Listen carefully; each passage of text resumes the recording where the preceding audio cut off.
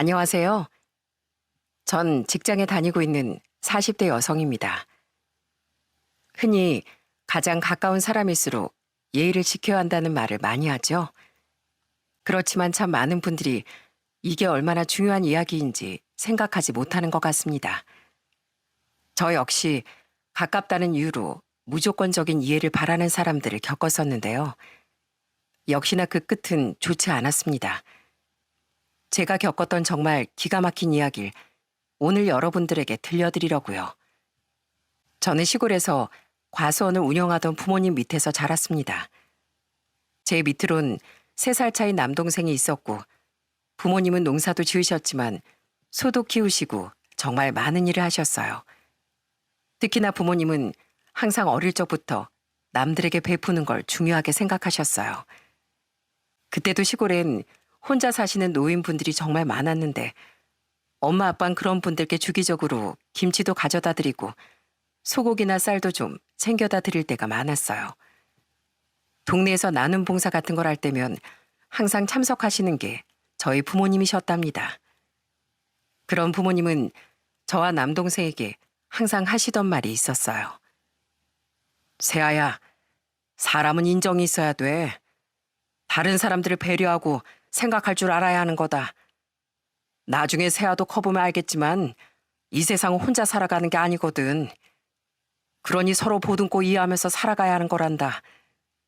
그래서 아빠가 이렇게 봉사도 자주 하러 다니는 거고 엄마 아빠도 힘들 때 다른 사람들한테 도움 많이 받으면서 그렇게 지냈어. 그 도움을 잊지 않고 이렇게 베풀어야 하는 거야. 알았지?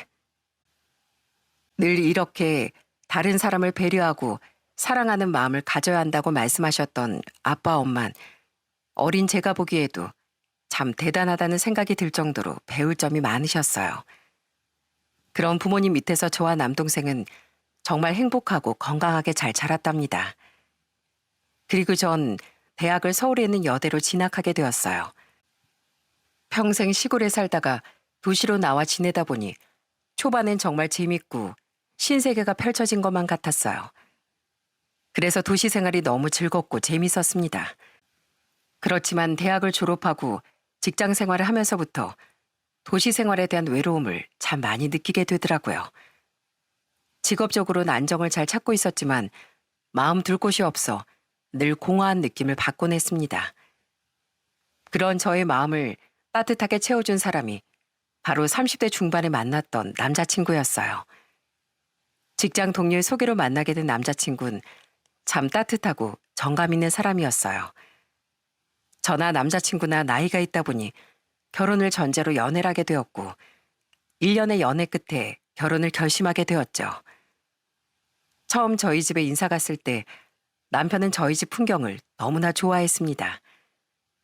남편은 나고 자란 곳이 서울이라 그런 시골 생활은 잘 몰랐었거든요. 그래서 그런지 정말 하나하나 다 신기하고 재밌어 하더라고요. 우와, 아버님, 여기 진짜 너무너무 좋네요. 저도 이렇게 시골에 살고 싶은 게 꿈이었거든요. 그런가? 아이, 그치만 자넨 아마 여기서 한 달도 못 살걸? 공기가 좋긴 하지만 서울 사람들은 아무래도 편의시설들이 근처에 다 있으니 거기에 적응되어 있지 않나. 여기 오면 심심해서 못 살아. 거기다 마트도 우린 한 번 가려면 읍내까지 나가야 한다고. 그래도 전 여기가 참 좋은 것 같아요. 풍경도 너무 예쁘고 바람 부는 것도 시원하고 무엇보다 내내 빵빵거리며 정신없는 차도 많지 않으니까 정말 좋네요. 그래? 그럼 자네 자주 여기 내려오게. 머리 식히기엔 시골만한 곳이 없지. 그렇게 하하호호 웃으며 남자친구의 첫인사를 마치고서 전 얼마 뒤 남자친구 집으로 인사를 가게 되었어요. 그런데 처음에 예비시댁에 가고선 전 진짜 깜짝 놀랐습니다. 예비시댁은 남편 위로 누나인 큰 신우와 아래 여동생인 막내 신우가 있었습니다. 그런데 큰 신우의 키가 179cm로 진짜 장신이더라고요. 들어보니 예전에 배구 선수 출신이었는데 고등학교 때까지 선수로 뛰다가 실력이 프로까진 가지 못해 그냥 포기했다고 하더라고요. 솔직히 저도 키가 165cm라 여자 키로 치면 작은 편은 아니었는데 진짜 처음엔 좀 위압감이 들기도 했습니다. 거기다가 막내 신우는 약간 좀 철이 없는 느낌이었고요. 명품도 좋아하고 꾸미기 좋아하는 그런 사람이었죠. 예비 시부는 은퇴를 한 상태였습니다. 여러분들 나는 자연인입니다. 그 프로 아시죠?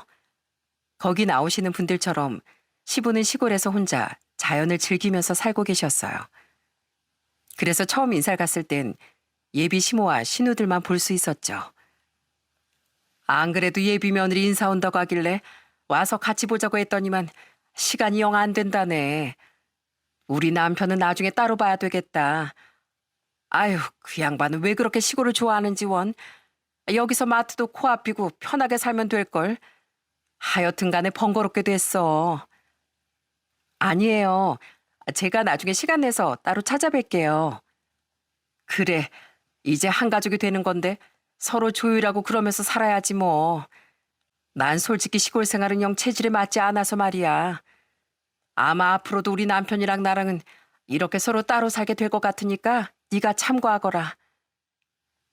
처음엔 그저 서로 생활 취향이 달라 그렇게 따로 사시는 줄만 알았는데 나중에 시간이 흐르고서 두 분이 서로 마주칠 때 모습을 보니 왜 그렇게 떨어져 사는지 이유를 딱 알게 되었어요. 사실 좀 찜찜한 사건 하나가 결혼 전에 한 번 있었어요. 그때가 상견례 자리였는데 시부께서 아침 일찍 시간 맞춰 상견례 장소로 오려고 하다 보니 좀 배가 고프셨던 것 같습니다. 그래서 음식이 나오자마자 바로 식사를 맛있게 하고 계셨는데 그때 시모가 뭐라고 했는지 아세요? 전 진짜 깜짝 놀랐습니다. 아유, 당신 예의 좀 지켜. 밥도 안 먹고 뭐 했어? 무슨 머슴도 아니고 뭘 그렇게 며칠 굶은 것처럼 그렇게 처먹어? 시모가 이렇게 말을 하자 그 자리에 있던 사람들 모두 깜짝 놀랄 수밖에 없었죠. 아무리 그래도 그런 말을 쉽게 할 수가 없는데 그냥 아무 자리도 아니고 상견례에서 그런 소리를 한다는 게 좀 놀라웠거든요. 그나마 시모도 자기가 말실수를 한 걸 알았는지 그 말을 내뱉자마자 수습을 하려고 하더라고요. 아니 저랑 남편이랑 워낙 친구같이 막역하게 지내다 보니까 나이도 같거든요. 제가 또 편하게 지내는 게 좋아서 저도 모르게 좀 민망해하며 말하는 시모를 보면서 그래도 그렇게 경우가 없는 분은 아니시구나 생각했습니다.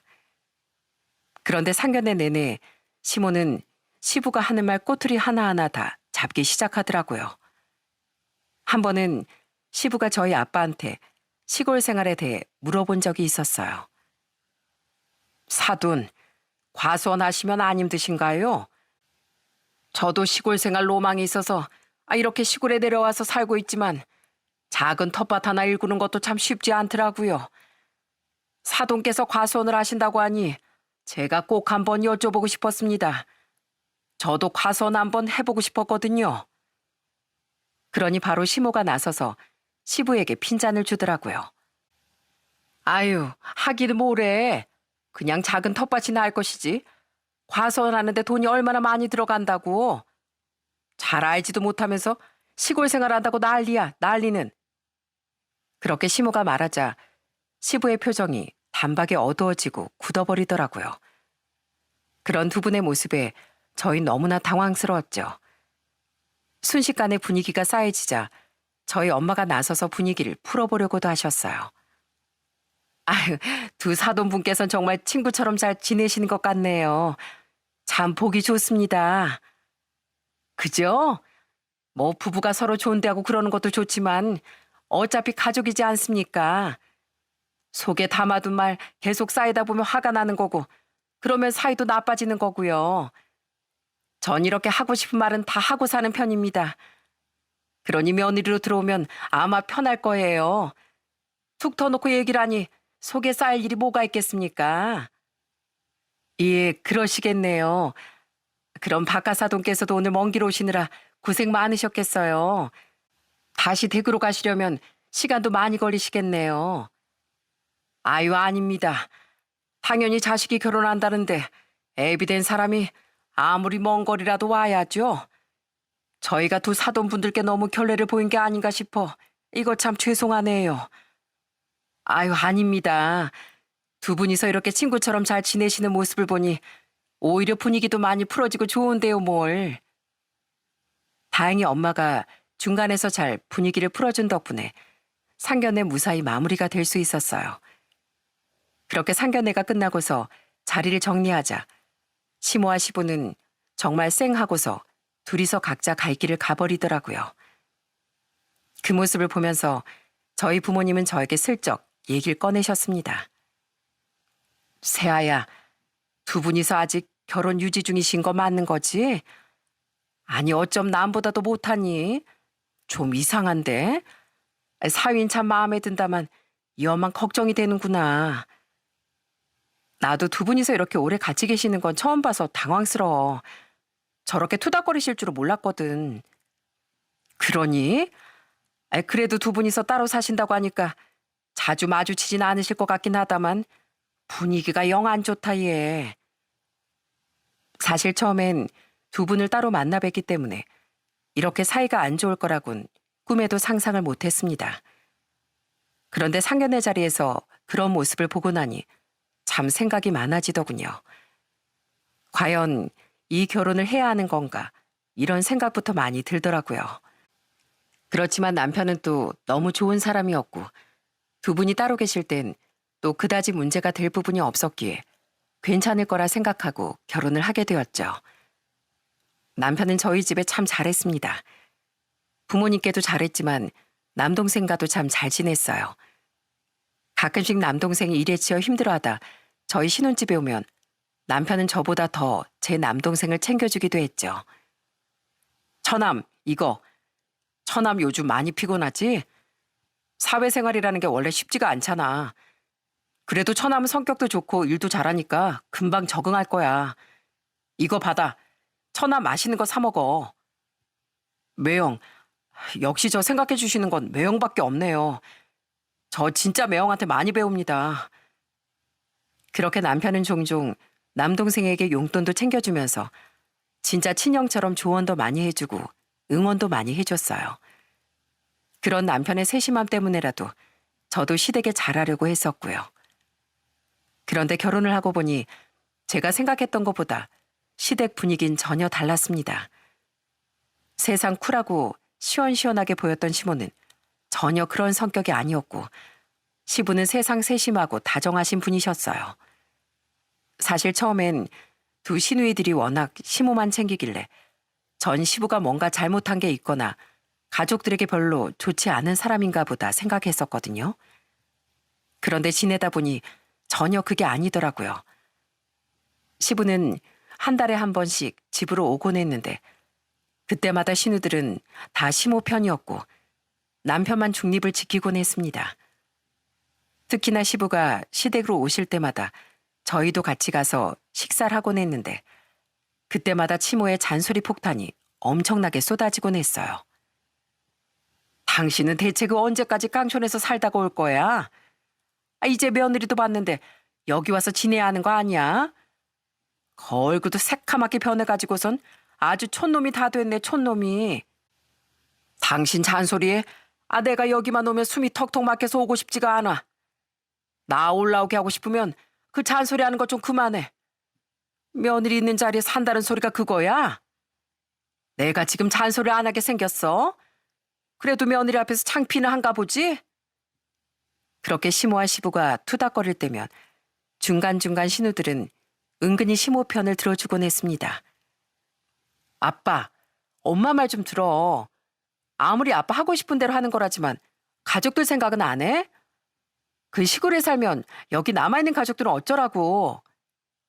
맞아, 아빠. 이제 오빠도 결혼했는데 와서 같이 얼굴도 자주 보고 그래야지. 왜 맨날 엄마한테만 뭐라 그래? 이것 봐. 애들이 다 당신한테 뭐라고 하잖아. 제발 내 말 좀 들어. 당신 고집대로만 하지 말고. 내가 뭐 당신 나쁘라고 얘기하는 거겠어? 그렇게 세 여자가 시부에게 다다다 얘기를 쏟아내니 그때 이후로 시부는 아예 입도 열지 않으시더군요. 그런 모습을 보면서 이런 일들이 정말 자주 있었던 것 같다는 느낌이 들었어요. 그렇게 시댁에서 밥을 먹고서 집으로 오는 길에 남편에게 물어봤더니 남편은 한숨을 쉬면서 얘기를 하더라고요. 아유, 말도 마. 아버지가 하도 엄마랑 누나 동생한테 시달려서 시골에 내려가신 거야. 아니, 엄만 성격도 서로 안 맞으시면서 왜 자꾸 시골 생활 접고 올라오라고 하시는지 원. 아버지가 뻔히 답답해서 내려가신 거 알면서 자꾸 저러시네. 보니까 시누이들도 다 아버님이 올라오시길 원하시는 것 같던데 당신도 그렇게 생각해? 나야 그냥 아버지가 하고 싶은 대로 하는 게 낫지 뭐. 그리고 누나랑 동생은 하도 어릴 적부터 엄마가 아버지 휘어잡으려고 하는 걸 봐와서 그런 거지. 엄마가 오라서 편들어주는 거 아니야. 그러니 아버지가 집에 있고 싶겠어? 그나마 우리가 결혼했으니까 아버지가 꾹 참고 오시는 거야. 그런 남편의 말을 들으면서 한편으론 시부가 좀 짠하다는 생각도 들었어요. 알고 보니 시부모님은 애초에 성격이 많이 안 맞으셨고 정말 자식 때문에 여지껏 결혼 생활을 유지한 거나 다름없는 사이라고 하더라고요. 이혼을 하기엔 이미 나이도 많이 들었고 그렇다고 같이 살기엔 계속 싸움만 나니 시부가 시골로 가신 거였습니다. 한 번은 시부가 시골에서 오토바이를 타고 다니시다 사고가 난 적도 있었어요. 크게 다치신 건 아니고 며칠 입원을 하셔야 했지만 아무리 가볍게 다친 거라고 해도 그래도 가족이 다쳤는데 좀 병원에도 가보고 그러지 않나요? 근데 시부 병원엔 저랑 남편만 내내 갔다 왔습니다. 가서 시부 문병을 하면서 이런저런 얘기를 나누기도 했는데 참 시부께서 마음이 많이 속상하신 것 같더라고요. 아버님, 앞으로 운전 더 조심하셔야 되겠어요. 아무래도 시골길이라 주변이 어둡고 그러니까 더 조심하셔야 돼요. 그러게 말이다. 내가 나이가 먹으니까 길눈이 좀 어두워졌나 보다. 그래도 이만하길 정말 천만다행이에요, 아버님. 아버님 다치셨다는 거 듣고 얼마나 깜짝 놀랐는지 몰라요. 진짜 앞으로는 더 조심하셔야 돼요. 그래, 내 걱정해주니 고맙구나. 에휴, 마누라라는 사람은 지 서방 입원했다고 하는데도 연락 한 통 없고 딸들 내 손으로 다 대학까지 보내고 키워봤자 지 엄마 품에서만 있지. 날 아주 애비로도 생각 안 하는 모양이다. 어쩜 다들 연락 한 통이 없는지 원. 그러면서 속상해하는 시부를 보니 너무 안쓰럽더라고요. 그래서 저와 남편은 시부를 좀 더 신경 써서 챙겨드리기도 했어요. 그나마 저나 남편이나 일을 하다 보니 바빠서 시댁 식구들을 자주 마주치진 않았습니다. 전 직장에 다니고 있었고 남편은 의류 사업을 하고 있었는데 처음엔 안정적으로 잘 되고 있었어요. 그러다가 제가 아들과 딸을 출산하고 나서부턴 남편이 사업을 좀 키우고 싶었던 것 같았습니다. 그래서 사업 확장을 위해 공장을 임대해 자체 생산에 들어가려고 했었죠. 원래는 물건을 대량으로 만들어주는 업체에 맡겼었는데 그러다 보니 단가가 좀 높았었거든요. 그렇지만 이렇게 공장을 마련하니까 직접 생산도 할 수 있게 되고 그러니 단가도 낮아지고 물건들도 많이 찍어낼 수 있게 되었죠. 그렇게 공장이 돌아가게 되면서 처음엔 정말 여기저기 전국으로 납품도 하고 쇼핑몰도 운영하면서 참 잘 됐어요. 정말 결혼하고 산 5년까진 경제적으로 부족함이 없었답니다. 그러다 보니 시모는 그게 참 본인의 자부심이라고 생각하셨던 것 같아요. 그래서 절 볼 때마다 항상 하시던 말이 있었죠. 넌 정말 무슨 복이니? 무슨 복이야? 네? 복이요? 제가 무슨 복이요? 너 남편 복 말이야. 에휴, 난 남편 복이 없어서 이러고 사는데 넌 남편 복도 많아가지고 편하게 살잖니. 남편이 돈을 잘 버니까 얼마나 좋아. 우리 아들이 잘났지 뭐. 잘난 우리 아들 만나서 참 좋겠다 넌. 솔직히 시모가 이렇게 얘기할 때마다 참 어처구니가 없더라고요. 물론 남편이 돈을 잘 벌면 좋긴 하겠지만 그렇다고 제가 그렇게 능력이 없는 것도 아니었거든요. 처음엔 저도 그저 자기 자식이니 그저 자식에 대한 사랑으로 그런 얘기를 하는 거라 생각했습니다. 그런데 시모뿐 아니라 시누이들도 똑같이 저한테 얘기를 하는 거였어요. 옳게, 올케는 진짜 좋겠다. 솔직히 우리 동생 정도면 적어도 강남 여자 만날 수 있는 건데. 그러게 우리 새언니는 뭐 시골에서 나고 자라서 그렇게 좀 세련된 맛은 없긴 하지. 그러니까 올케는 서울 남자애 돈 잘 버는 사장님 만나서 얼마나 좋아. 아주 땡 잡았지 뭐. 어머, 그래요? 저희 남편은 저랑 결혼해서 땡 잡았다던데. 그러게요. 저도 어디 가면 지역 유지 아들 정도 만날 수 있다고 많이 들었었는데 그럼 서로서로 잘 만난 거 아닌가요? 그나마 저도 가만히 있지 않고 다 맞받아치긴 했지만 은근히 기분 나쁜 건 어쩔 수가 없더라고요. 문제는 이것뿐만이 아니었습니다. 남편 사업이 잘 되기 시작하니 시댁 식구들은 그 돈이 다 가족 돈이라고 생각하는 건지 뭘 요구해도 참 당연하게 요구를 하더라고요. 한 번은 큰 시누이가 저한테 연락이 온 적이 있었어요. 그러더니 대뜸 돈을 빌려달라고 말을 했습니다. 올케, 있잖아. 나 부탁 좀 할게. 내가 찬호한테 얘기하니까 지금 바쁘다고 이따가 얘기하자고 하더라고. 다름이 아니라 나 이번에 이사 가는 거 알지? 근데 대출 받으려 하니까 돈이 좀 부족하더라고. 그래서 말인데 한 2억 정도만 좀 빌려주면 안 될까? 내가 집값 오르면 그때 바로 갚을게. 네? 2억이요? 저희 그 정도 여유 자금 없어요. 아니, 왜 없어? 사업이 그렇게 잘 되는데. 내가 다 나중에 갚는다니까 그러네. 올케는 뭐 이런 거 잘 모르는구나? 아유, 알았어. 내가 그냥 찬우한테 얘기하지 뭐. 그러면서 전화를 또 끊어버리는 큰 신우를 보면서 참 황당하기도 했습니다. 아니, 다른 것도 아니고 돈도 한두 푼 빌려달라는 것도 아니면서 무슨 언제까지 갚는다는 말도 없이 집값이 오르면 주겠다는 게 이게 무슨 소린가요? 정말 갚겠다는 건지 말겠다는 건지 이해가 되지 않더라고요. 더군다나 우리가 그렇게 사업이 잘 된다고 해도 돈이 뭐 엄청나게 버는 것도 아니었거든요. 남편이 사업 확장하면서 대출을 정말 많이 받았기 때문에 대출금도 계속 내고 있었는데 저렇게 당당하게 요구를 하니 참 황당하더라고요. 거기다가 시모는 또 큰 시누이가 제가 그렇게 말했다는 걸 전해 들었는지 저한테 연락이 와서 대뜸 화를 내기도 했어요. 예, 너 돈 안 빌려주겠다고 했다며? 아니, 큰애가 네 돈 빌려달라는 것도 아니고 우리 아들 돈 빌려달라는 건데 네가 뭔데 안 빌려준다고 그래? 너 직장생활 하면서 한 달에 뭐 얼마나 버니? 300은 버니? 우리 아들은 그것보다 10배, 20배는 더 벌잖아. 근데 네가 왜 안 된다 그래? 어머님, 공장 임대료에 사무실 임대비, 직원들 월급, 물건값, 택배비 이렇게 하면 그렇게 벌어도 남는 거 많이 없어요. 뭘 또 안 남아? 남으니까 여지껏 장사하겠지. 혹시 설마 네가 뒤에서 돈 빼돌리고 그러는 거 아니야? 어머님, 뭐 대출 내역이라도 보여드려요? 제가 왜 거짓말 하겠어요. 솔직히 큰 신우도 남편이 거절할 거 아니까 저한테 연락해서 떠본 거잖아요. 남편한테 제대로 설명하라고 전하겠습니다. 신우에 이어 시모까지 제 속을 뒤집어 놓으니 정말 너무 화가 나더라고요. 그래서 남편에게 이 얘기를 바로 하니까 남편은 엄청 화를 냈죠. 그러더니 남편이 단호하게 신우이에게 얘기를 하고 상황이 정리가 됐답니다.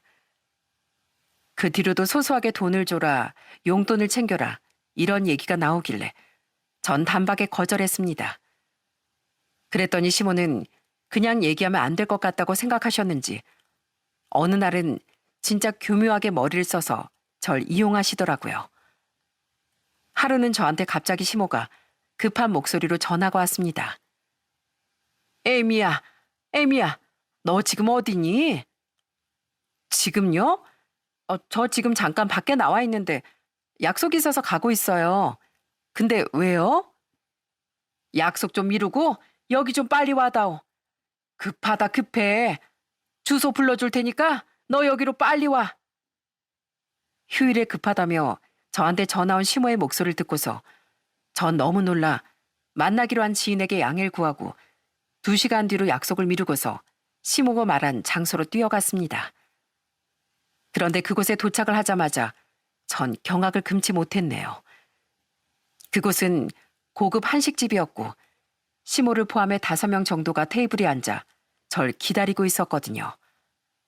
그러더니 시모는 세상 온화한 표정으로 절 맞이해 주시는 거 있죠? 아가, 여기 내 지인들이야. 인사해. 얘들아 인사들 해라. 우리 며느리. 어머, 아이 며느리 오랜만이네. 어쩜 얼굴이 더 예뻐졌어? 결혼식 때도 참 곱다고 생각했었는데. 그러게 말이야. 아이 우리 아들이 돈을 잘 버니까 또 얼마나 좋은 관리 많이 받겠어. 얼굴 여기저기 고치기도 하고 좋아졌지 뭐. 네? 어머님, 얼굴을 고치기는요. 화장만 좀 바꾼 건데요. 아이 그러니? 아무튼 여기 좀 계산해라. 우리 아들 돈도 잘 버는데 내가 밥 한 끼 산다고 그랬거든. 네가 여기 계산하고 가면 돼. 아이고, 며느리 잘 먹었다. 우리 다음에 또 보자. 그러면서 시모는 자기 지인들과 함께 우르르 그냥 휙 나가버리는데 정말 이게 뒤통수 맞는다는 거구나 하는 생각이 딱 들더라고요. 진짜 그 순간은 이게 뭐지 하는 생각이 들면서 사람이 너무 당황스러우니 아무것도 할 수가 없다는 게 실감이 났습니다. 솔직히 시모가 처음부터 주변 지인들 만나는데 우리 집 자랑을 좀 했다면서 기분 좋게 밥 한 끼 사면 안 되겠냐고 애초에 저한테 잘 얘기를 했으면 저도 이렇게 당황스럽진 않았을 것 같았어요.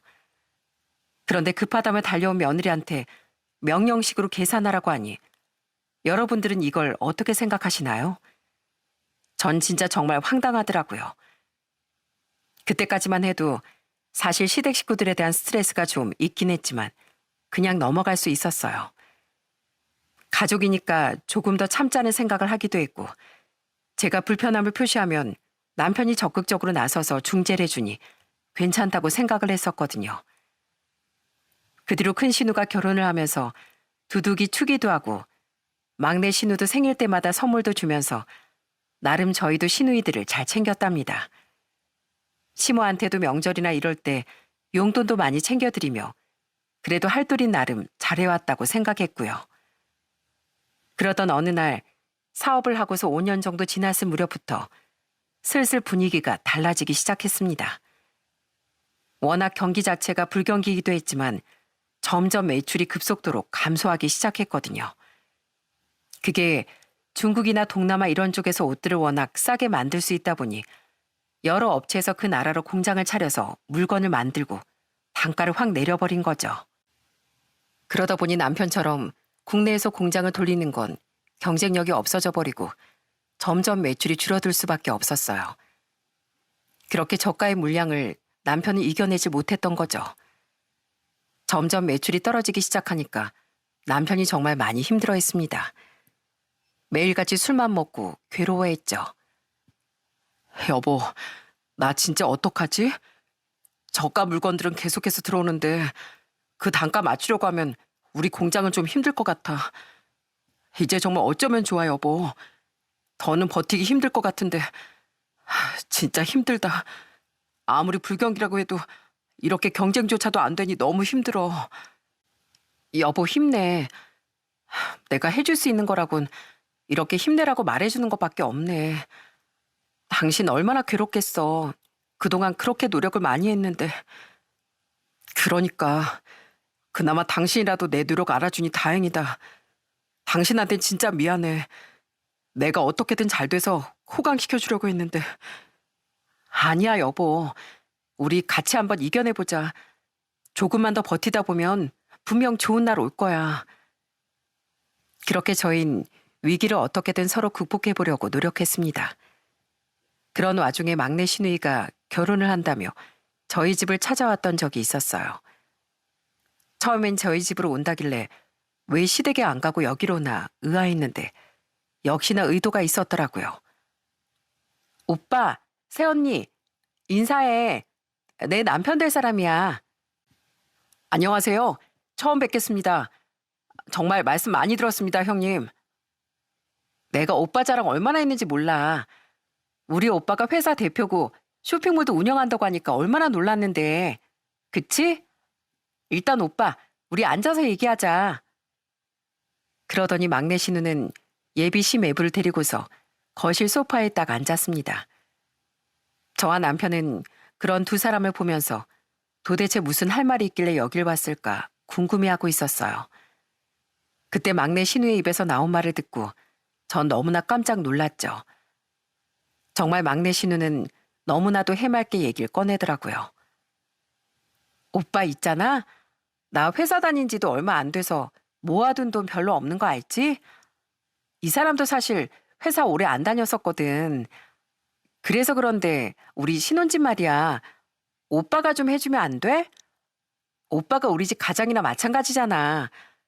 아빤 시골에서 저러고 있고 엄만 혼자서 우리 키우시느라 힘드시고 오빠밖에 없어서 그래. 아가씨 지금 무슨 소리 하시는 거예요? 저희도 지금 상황이 안 좋아요. 아니, 언니 빠지세요. 저 언니한테 얘기하는 거 아니고 오빠한테 말했잖아요. 전 정말 막내 신우의 태도에 경악을 금치 못했습니다. 아무리 그래도 보통 신혼집을 하려면 자기들이 알아서 하던지 둘이서 어떻게 합의를 보던지 해야 하는 거 아닌가요? 어쩜 당연하다는 듯 남편에게 쪼르르 와서 집을 해달라고 할 수 있는지 막내 신우나 따라온 예비 시매부나 진짜 도찐 개찐 어쩌구니가 없더라고요. 그리고 버릇없이 구는 해맑은 막내 신우에게 남편은 참다 화를 냈어요. 너 지금 어디서 새언니한테 화를 내? 무슨 말버릇이야? 그리고 신혼집이고 뭐고 네가 지금 나이가 몇인데 신혼집 타령이야? 네가 한 번이라도 회사 제대로 다닌 적 있어? 맨날 때려치고 월급 받아서 네 치장하고 얼굴 뜯어고치는 데 쓰고 그러니까 돈이 없지. 아이 오빠 이 사람 앞에서 얼굴 뜯어고쳤다는 거 얘기하면 어떡해 창피하게. 내가 너 결혼하면 혼수라든지 그런 건 좀 해줄 수 있지만 그 이상은 바라지 마. 오빠도 지금 힘들어. 오빠 나한테 어떻게 그래? 안 되면 안 되는 줄 알아.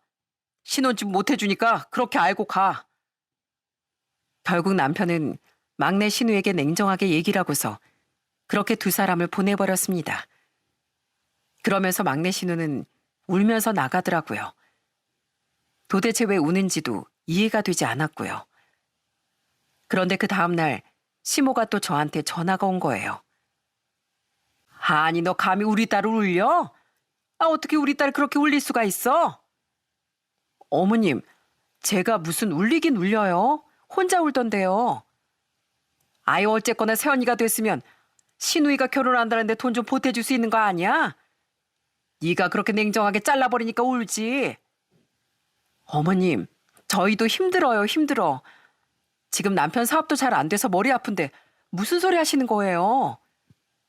아무리 힘들어도 그동안 모아둔 돈이라도 있을 거 아니야. 설마 너 그 돈 모아서 친정에 갖다 바친 건 아니겠지? 혹시 뭐 비자금이나 이런 거 만드냐? 요즘 며느리들 뒤로 비자금 만들고 꿍쳐놓는 애들 많다더니 너도 그런 거야?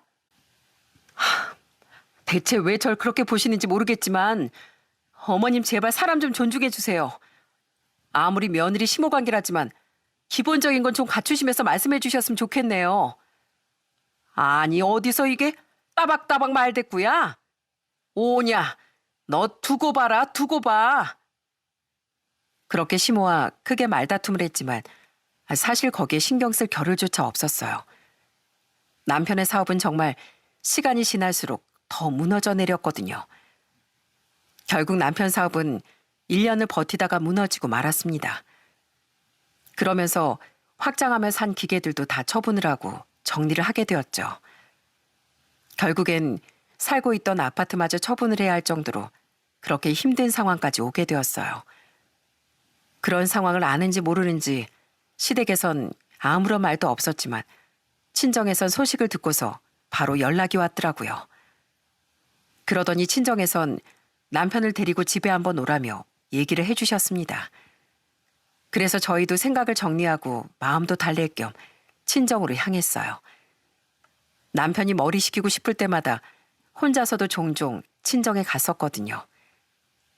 그렇게 내려가니 마음은 좀 괜찮아지더라고요. 아빠 엄마도 남편을 토닥이며 달래주시고 응원도 많이 해주셨어요. 아빠도 과소원하다 보니 이게 잘 될 때도 있고 안 될 때도 있더구나. 1년 내내 그렇게 고생하면서 농사 지어도 흉작일 때도 많았어. 세상사 다 자기 뜻대로 흘러가는 거 아니라지만 그럴 때면 참 사람이 괴롭고 힘들지. 내가 임서방 자네 맘 100번 이해하네. 얼마나 힘들었겠는가 그래. 감사합니다, 장인어른. 그리고 죄송합니다. 어떻게든 다시 살려보려고 노력했는데 정말 힘드네요. 아닐세. 인생이 다 그런 거 아니겠나. 내려갈 때가 있으면 올라올 때도 있겠지. 다 그러면서 사는 걸세. 그러니 힘들어하지 말게나. 내가 뉴스를 보니까 1년 동안 최근 폐업한 자영업자들만 해도 100만 명이라고 그러더구만. 그만큼 얼마나 많은 사람들이 지금 힘들겠나. 경기가 그 정도로 안 좋다는 거야. 그건 자네 잘못이 아니네. 언제든지 다시 일어설 수 있을 테니 힘내게나. 그렇게 친정 부모님의 위로를 받고서 저와 남편은 다시 한번 힘을 내기로 다짐했습니다. 그리고 저흰 살던 아파트를 처분하고서 전셋집으로 이사를 가게 되었어요. 그 소식이 시모에게도 들어가게 되었습니다. 사실 그때 다툼 이후로 시모랑 따로 연락은 안 하고 있었는데 이사를 했다는 걸 아시고선 바로 저한테 연락이 오시더라고요. 예, 너 이사했니? 아니 그 소식을 왜 우리한테 얘기를 안 했어? 뭐 어디로 이사했는데? 집들이나 이런 건 안 할 거니? 네, 집들이 안 할 거고요. 저희도 짐 정리하고 그러느라 정신이 없었어요. 여기 정리되면 한번 초대할게요. 하여간 너 그러면 안 되는 거야. 이사하기 전에 최소한 우리한테 얘기를 했어야지. 아무튼 정리 다음에 꼭 초대해라. 그렇게 이사를 간 후 얼마 지나지 않아 저희 엄마가 3일 동안 저희 집에 머무르게 되셨어요.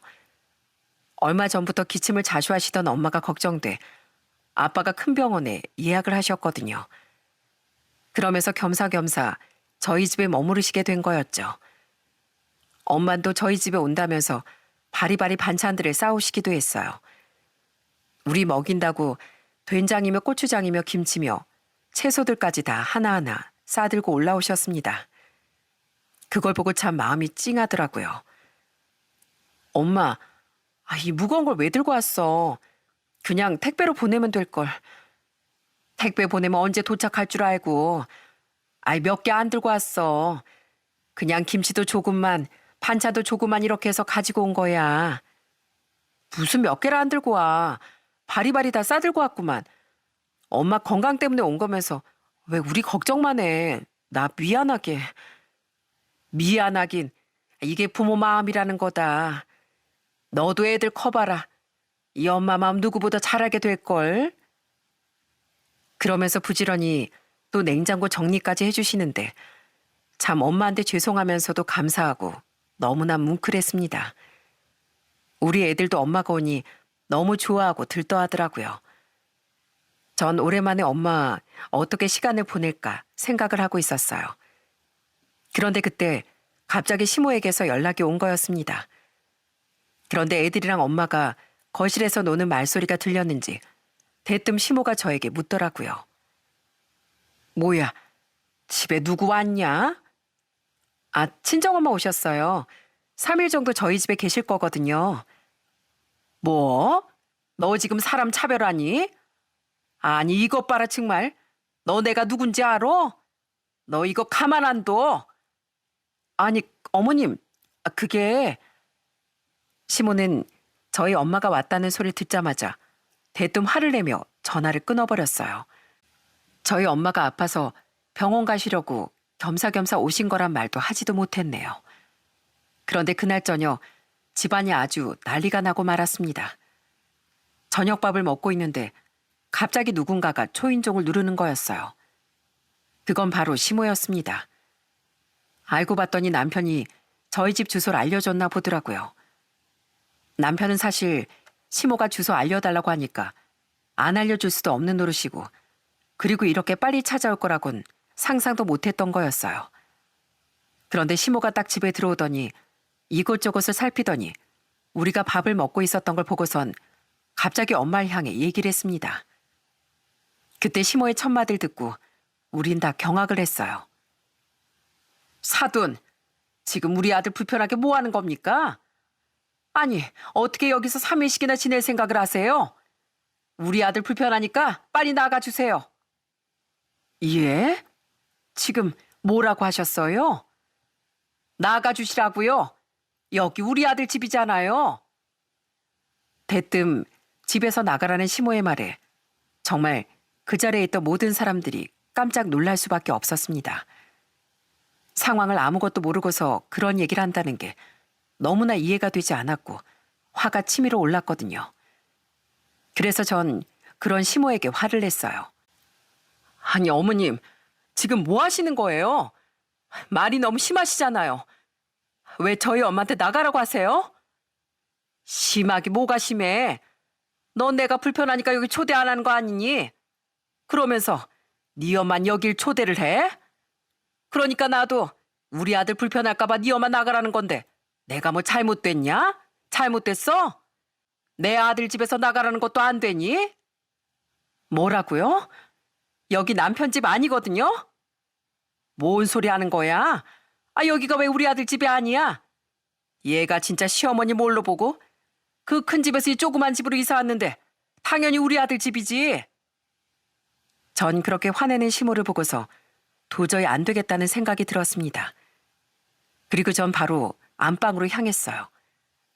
그리고 뭔가를 가지고 와 시모의 눈앞에 펼쳤습니다.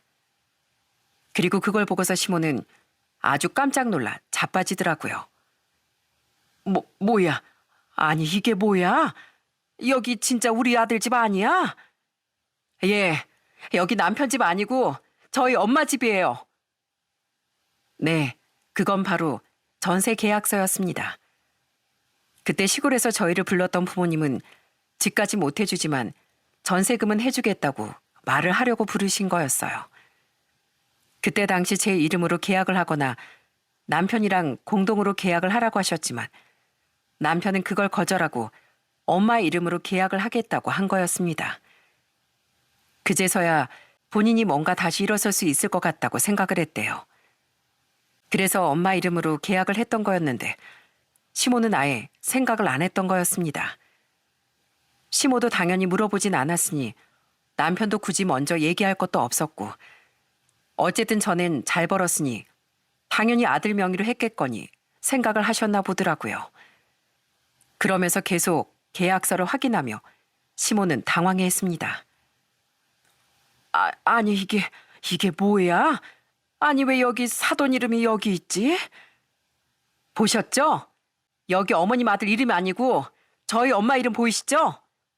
불편한 건 우리 엄마니까 그럼 어머님이 나가주셔야 되겠네요. 그렇게 저희 힘들다 어렵다 얘기할 때 뭘로 들으셨어요? 집 다 처분해야 된다고 뻔히 다 얘기했는데 도대체 저희 얘기를 뭘로 들으셨냐고요? 어렵고 힘들 땐 손 한번 잡아주고 위로 한번 해준 적 없으시면서 이럴 땐 아들 불편할까 봐 편들어 주려고 오셨다고요? 참 귀한 애정이네요. 아니 그게 아니라 내 말은 됐습니다. 어머니 말 더는 들을 필요 없을 것 같네요. 어머님 필요할 때만 아들 편들어 주는 거고 아들 힘들 땐 한 번 도움 줘보신 적 없으시면서 언제부터 아들 챙겼다고 그러시는지 모르겠는데요. 당장 나가주세요. 그러자 시모는 엄마에게도 사과를 하기 시작했어요. 아이고 사돈, 그게 아니고요. 제가 착각을 좀 했습니다. 죄송합니다. 제가 미처 몰랐네요. 아닙니다. 모르실 수 있죠. 그렇지만 딸 집에 엄마가 가보지도 못하고 사위 눈치를 봐야 하는 거라면 전 저희 딸 다시 데리고 오렵니다. 그걸 원하시는 건가요? 아니 그게 아니라 아니시죠? 근데 사돈 여기 계속 계시면 전 그렇게 알고 딸 데리고 가려고요. 본인 아들 불편할까 봐 사돈 내주시러 가셨던 분이신데 제가 가만히 있을 수는 없죠. 어떻게 하시겠습니까? 제가 저희 딸을 데리고 갈까요? 아님 사돈이 나가시겠어요? 사돈 얼굴 보는 게 제가 상당히 불편해서요. 그때서야 시모는 굉장히 당황해했습니다. 그러면서 아무것도 못하고 서성이자 남편과 애들도 나서서 시모에게 화를 냈어요. 엄마, 빨리 나가. 어? 나가라고. 창피하게 진짜. 할머니 나가요. 나가. 아니 그게 아니라 아유 죄송합니다. 제가 경솔했습니다. 그러면서 결국 시모는 집에서 쫓겨나고 말았습니다.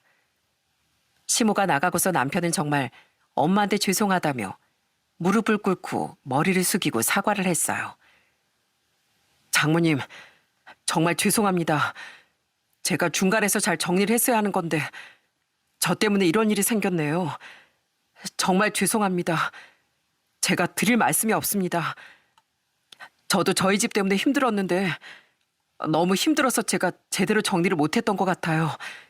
정말 죄송합니다. 괜찮네, 괜찮아.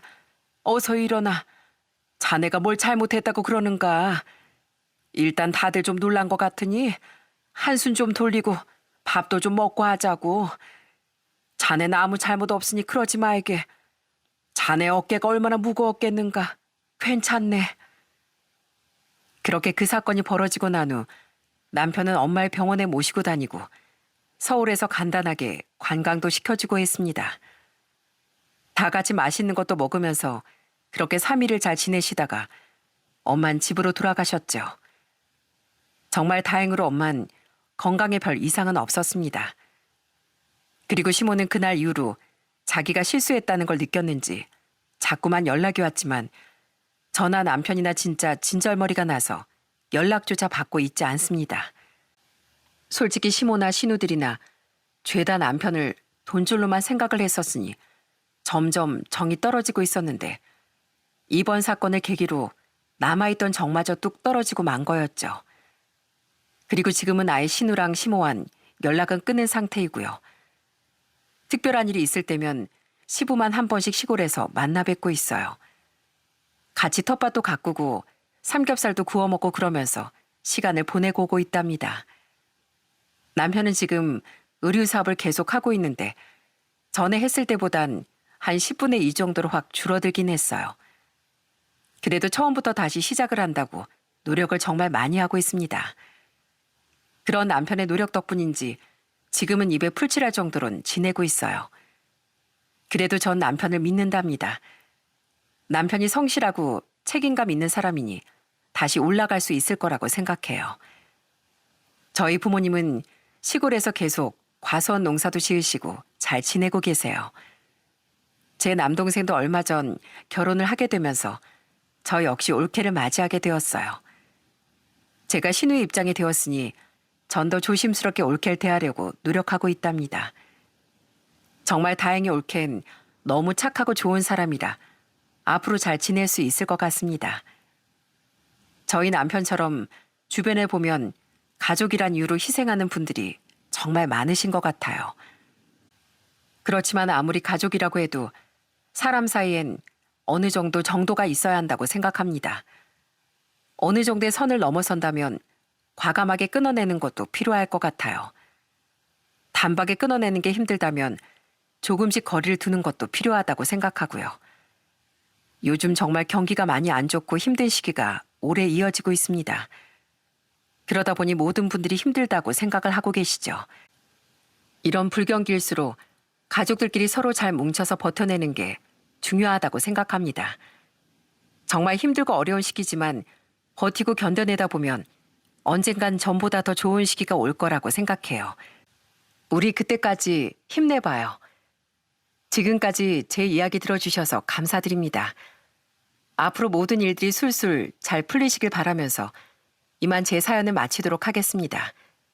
모두들 행복하세요.